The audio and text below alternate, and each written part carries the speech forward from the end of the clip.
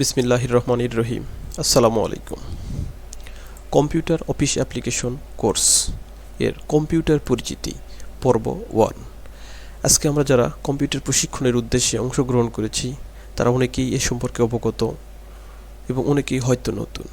তবে computer course শেষে আমরা 3 মাস এবং 6 মাস মেয়াদী কোর্স সম্পূর্ণ করার পরে আমরা পরীক্ষায় অংশগ্রহণ করব। সেখানে আমাদের কম্পিউটারের যে বেসিক পরিচিতি পর্বের উপরে পরীক্ষা দিতে হবে তার কিছু প্রশ্ন উত্তর নিয়েই আজকে আলোচনা করব। প্রথম আলোচনায় কম্পিউটার কি।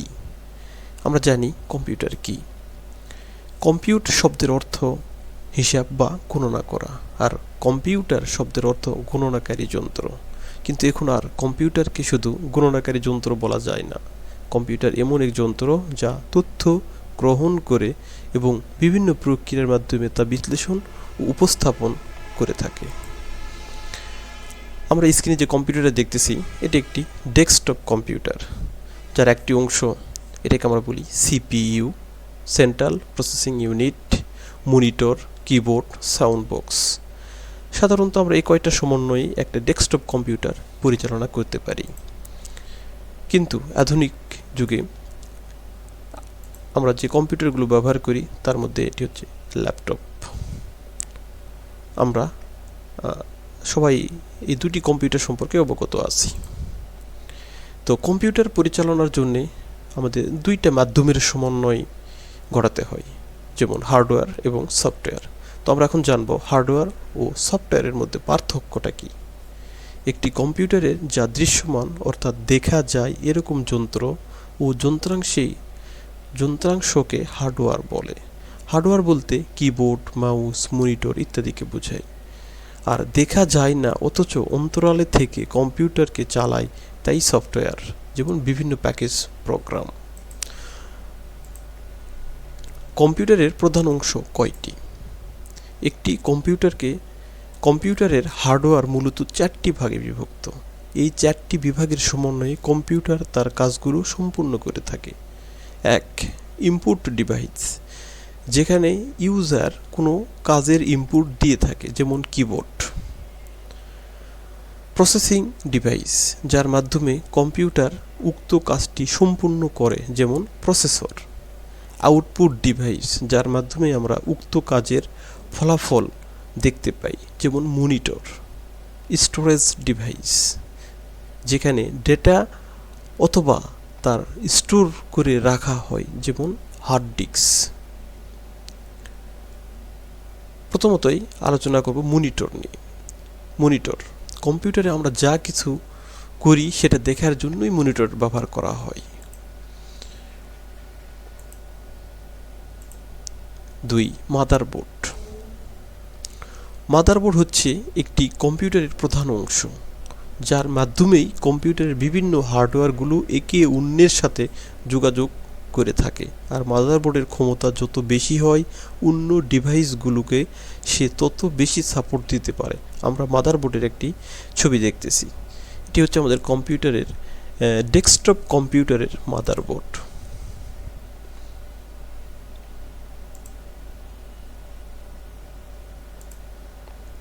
3. প্রসেসর। প্রসেসর একটি কম্পিউটারের মূল চালিকা শক্তি, কারণ যে কোনো ইন্টারজেকশন প্রসেস করার কাজটা মূলত এই প্রসেসরই করে থাকে। প্রসেসর এর কাজ করার স্পিড এর উপরেই নির্ভর করে কাজটা শেষ হতে আসলে কত সময় লাগবে। আমরা প্রসেসরের ছবিটি দেখতে পাচ্ছি। প্রসেসরটা আমরা মাদারবোর্ডে স্থাপন করে কাজ করে থাকি।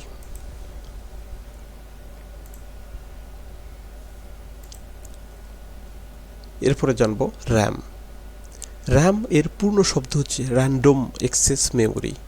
মূলত এর কাজ হলো কম্পিউটার চলমান অবস্থায় প্রসেসরকে বারবার তার কাজের কথা মনে করিয়ে দেয়া। র্যামের সাইজ যত বড় হবে সে তত বেশি মনে রাখতে পারবে, আর এর জন্যেই র্যাম বাড়ানো হলে কম্পিউটারের কাজের স্পিড বেড়ে যায়, কারণ র্যাম তখন অনেক কাজ একসাথে মনে রাখতে পারে এবং বারবার প্রসেসরকে মনে করিয়ে দিয়ে সে কাজগুলো তাড়াতাড়ি শেষ করতে সাহায্য করে। তবে কাজটা কিন্তু বরাবরের মতো প্রসেসর করে থাকে। আমরা র্যামের একটি ছবি দেখতেছি। এই র্যামটিও মাদারবোর্ডে সংযোগ দেওয়া হয়। 5. Graphics card.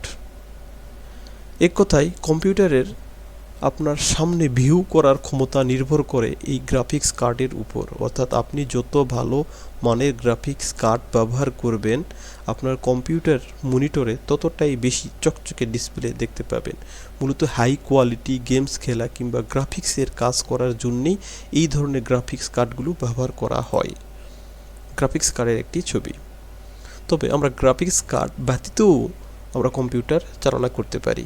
শুধু মানের বিষয়টা, আমরা যত ভালো মান চাচ্ছি বা গেমস বা গ্রাফিক্সের কাজ করতে চাচ্ছি সেক্ষেত্রে আমাদের অবশ্যই গ্রাফিক্স কার্ডটি প্রয়োজন। অন্যথায় গ্রাফিক্স কার্ড ব্যতীতও আমরা কম্পিউটার পরিচালনা করতে পারি। 6. Power supply. কম্পিউটার চালানোর জন্য প্রয়োজনীয় পাওয়ার কারেন্টের যোগান দেয় এই পাওয়ার সাপ্লাই।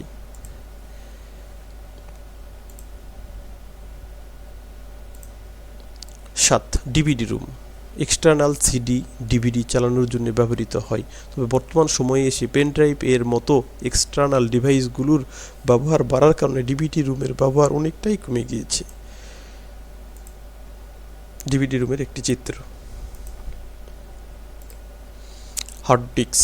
কম্পিউটারের যে কোনো ডেটা সংরক্ষণ করে রাখার জন্য হার্ড ডিস্কের প্রয়োজন। এমনকি আপনার কম্পিউটারে যে অপারেটিং সিস্টেমটি ইনস্টল করা হয়েছে সেটাও কিন্তু হার্ড ডিস্কের মধ্যে অবস্থান করে। এক কথায় হার্ড ডিস্ক হচ্ছে আপনার জমি, যেখানে আপনি চাইলে বাড়ি, মার্কেট কিংবা যে কোনো কিছু বানাতে পারেন। তবে কম্পিউটারের ক্ষেত্রে এই বাড়ি, মার্কেট মানে হলো ভিডিও গেম, সফটওয়্যার, ফাইল ইত্যাদি। আমরা হার্ড ডিস্কের একটি চিত্র দেখতে পাচ্ছি। এই হার্ড ডিস্কের ভিতরে আমাদের কম্পিউটারের সকল ডাটা সংরক্ষণ করা হয়ে থাকে। এসএসডি। প্রথমত এসএসডি কি? এসএসডি হলো সলিড স্টেট ড্রাইভ, যা সাধারণত একটি data storage device.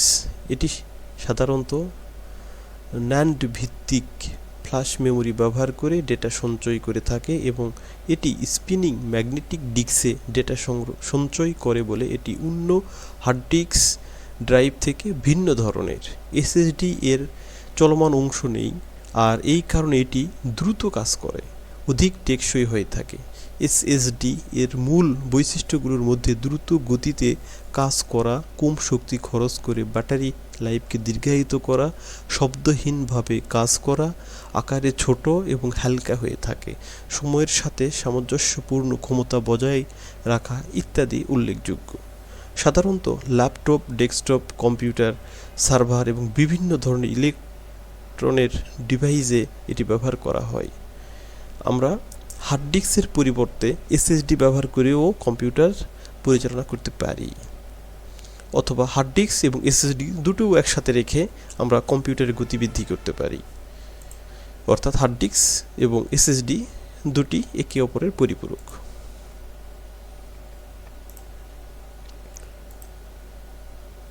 9. Keyboard.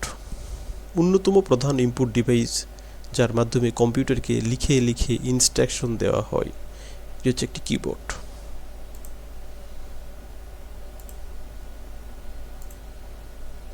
Mouse. Same কিবোর্ডের মতোই ইনপুট ডিভাইস, তবে মাউস দিয়ে লিখে লিখে ইনস্ট্রাকশন দেওয়ার পরিবর্তে অনেকটা এক জায়গা থেকে আরেক জায়গা সিলেক্ট করার মাধ্যমে ইনপুট দেওয়া হয়ে থাকে। Computer software. আমরা এতক্ষণ দেখলাম হার্ডওয়্যার সম্পর্কে বেসিক কিছু পরিচিতি বা ধারণা। আমরা আরও এ সম্পর্কে আলোচনা করব। প্রথম দিনের ক্লাসে আমরা বেসিক একটা ধারণা দেওয়ার চেষ্টা করতেছি। তো এবার একটু জানবো কম্পিউটার সফটওয়্যার কি। কম্পিউটার সফটওয়্যার হলো এমন একটি প্রোগ্রাম বা নির্দেশনা সেট যা কম্পিউটারকে নির্দিষ্ট কাজ সম্পাদন করতে নির্দেশনা দেয়। এটি কম্পিউটারের হার্ডওয়্যারকে কার্যকরভাবে পরিচালনা করে এবং ব্যবহারকারীদের সঙ্গে ইন্টারঅ্যাকশন করতে সাহায্য করে। সফটওয়্যার ছাড়া কম্পিউটার শুধু হার্ডওয়্যারের সমষ্টি হিসাবে কাজ করে এবং কোনো কার্যক্রম সম্পাদন করতে সক্ষম হয় না। সফটওয়্যারগুলোকে প্রধানত দুইটি প্রধান শ্রেণীতে ভাগ করা যায়: সিস্টেম সফটওয়্যার এবং অ্যাপ্লিকেশন সফটওয়্যার। তো সফটওয়্যারের প্রকারভেদ। 1. System software. সিস্টেম সফটওয়্যার কম্পিউটারের মৌলিক কার্যক্রম এবং হার্ডওয়্যারের সঙ্গে সংযোগ স্থাপন সহায়ক হয়।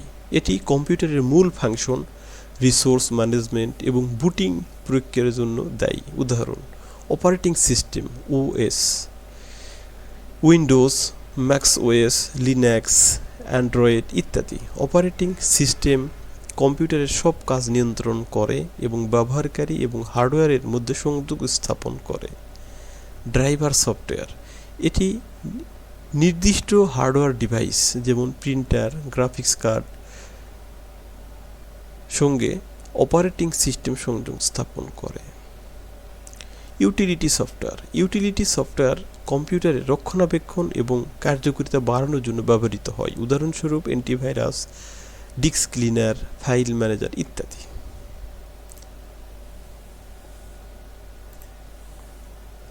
2. অ্যাপ্লিকেশন সফটওয়্যার হলো ব্যবহারকারীদের নির্দিষ্ট কাজ বা কার্যক্রম সম্পাদন করতে সহায়ক প্রোগ্রাম। এটি ব্যবহারকারীদের বিভিন্ন কার্যক্রম যেমন ডকুমেন্ট তৈরি, গ্রাফিক্স ডিজাইন, গেমস খেলা বা ইন্টারনেট ব্রাউজ করতে সাহায্য করে। উদাহরণ: office software, Microsoft Word, Excel, PowerPoint ইত্যাদি, যা ডকুমেন্ট এবং স্প্রেডশিট তৈরি করতে সহায়ক। আমরা যে প্রোগ্রামে অংশগ্রহণ করেছি, আমাদের এই অফিস সফটওয়্যারটাই আমরা ব্যবহার করব এবং MS Word, Excel, PowerPoint এগুলোর মাধ্যমেই আমরা আমাদের বেসিক কাজটা শুরু করব। আমরা এই সফটওয়্যারটা ব্যবহার করে আমরা কাজ শুরু করব। Multimedia software, Adobe Photoshop, VLC media player ইত্যাদি, যা ছবি, ভিডিও এবং অডিও সম্পাদন বা প্লেব্যাক করতে ব্যবহৃত হয়। আমাদের বেসিক কোর্স অফিস প্রোগ্রামটা শেষ হওয়ার পরে আমরা অ্যাডোব ফটোশপ নিয়েও আমরা আলোচনা করব। Internet browser, Google Chrome, Mozilla Firefox, Microsoft Edge ইত্যাদি, যা ইন্টারনেট ব্রাউজ করার জন্য ব্যবহৃত হয়। আমরা যখন ইন্টারনেটের কাজে প্রবেশ করব তখন আমরা এই ব্রাউজারগুলো ব্যবহার করে আমরা নেট চালাতে পারব। গেমিং সফটওয়্যার, বিভিন্ন ধরনের গেম যা ব্যবহারকারীদের বিনোদন প্রদান করে, যেমন কল অফ ডিউটি, ফর্টনাইট ইত্যাদি। 3. প্রোগ্রামিং সফটওয়্যার হলো ডেভেলপারদের জন্য ডিজাইন করা প্রোগ্রাম যা তাদের নতুন অ্যাপ্লিকেশন ও সফটওয়্যার তৈরিতে সহায়ক। উদাহরণ: ID, Visual Studio, Eclipse, PyCharm ইত্যাদি, যা প্রোগ্রামিং ভাষা এবং টুলস সমর্থন করে। Code editor, Notepad plus plus, Sublime Text ইত্যাদি, যা কোড লেখার জন্য একটি সহায়ক ইন্টারফেস প্রদান করে।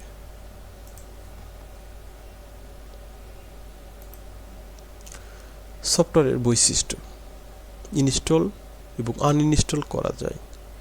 সফটওয়্যার ইনস্টল করে কম্পিউটার যোগ করা যায় এবং প্রয়োজন অনুসারে আনইনস্টল করা যায়। অর্থাৎ আমরা কম্পিউটারে যে সফটওয়্যারগুলো ইনস্টল করি তা প্রয়োজন শেষ হয়ে গেলে আনইনস্টল করে দিতে পারি। পরিসীমা: সফটওয়্যার বিভিন্ন ধরনের এবং কাজের জন্য বিশেষায়িত হতে পারে, যেমন শিক্ষা, বিনোদন, ব্যবসা এবং যোগাযোগের জন্য। আপডেট এবং আপগ্রেড করা যায়। সফটওয়্যার নিয়মিত আপডেট করা যায়, যা নতুন নতুন ফিচার যোগ করে এবং ত্রুটি সংশোধন করে। অর্থাৎ আমরা কম্পিউটারে যেসব সফটওয়্যারগুলো ইনস্টল করি তা প্রতিনিয়ত আপডেট করাটা ভালো, কারণ আপডেট করলে নতুন নতুন প্রোগ্রামগুলো সংযুক্ত হয়। তাই আমাদের কম্পিউটার যে সফটওয়্যারগুলো আমরা ব্যবহার করব চেষ্টা করব প্রতিনিয়ত আপডেট রাখার জন্য।